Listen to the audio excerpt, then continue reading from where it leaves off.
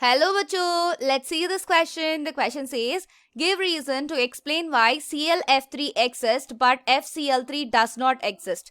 तो यहाँ पर हमें क्वेश्चन में पूछी जा रही है कि ClF3 मॉलिक्यूल एग्जिस्ट करेगी लेकिन FCl3 क्यों एग्जिस्ट नहीं कर सकती है।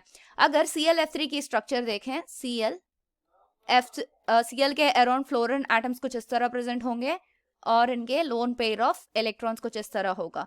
इसकी शेप है टी शेप एंड इसकी हाइब्रिडाइजेशन होगी sp3t. So now chlorine has, तो इसकी पहले ऑक्सीडेशन स्टेट कैलकुलेट करते हैं ClF3 की। Cl को x मान लेते हैं प्लस फ्लोरीन की -1 होती, सो यहाँ पर x मतलब Cl की ऑक्सीडेशन स्टेट है +3। तो +3 ऑक्सीडेशन स्टेट क्लोरीन इसीलिए एग्जिबिट कर पाती है क्योंकि इनमें वेकेंट d ऑर्बिटल्स होते हैं। Chlorine has vacant d orbitals,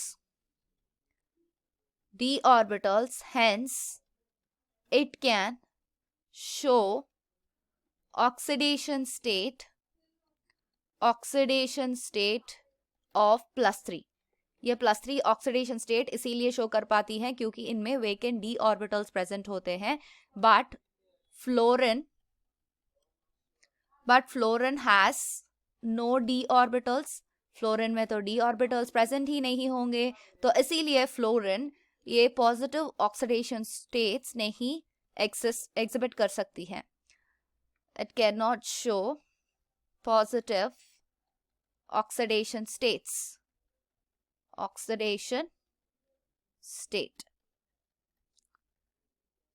So another reason would be, दूसरी रीजन ये होती है कि क्लोरीन एटम की साइज बड़ी होती है, तो इनके और सराउंडिंग्स में फ्लोरीन एटम्स की साइज छोटी होने की वजह से ये मॉलिक्यूल स्टेबल बन सकती हैं। लेकिन अगर फ्लोरीन में देखें, फ्लोरीन एंड क्लोरीन में, दैट इज फ्लोरीन के अराउंड अगर क्लोरीन एटम्स लें, क्लोरीन की साइज बहुत ज्यादा होती है वन कंपेयर टू फ्लोरीन, तो ऐसी मॉलिक्यूल में रिपल्शंस ज्यादा होंगे।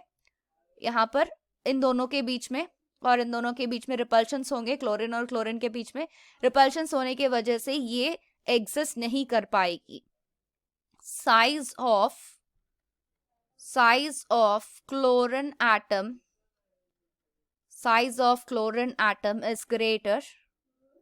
is greater due to, or and size of fluorine atom is smaller, so it cannot accommodate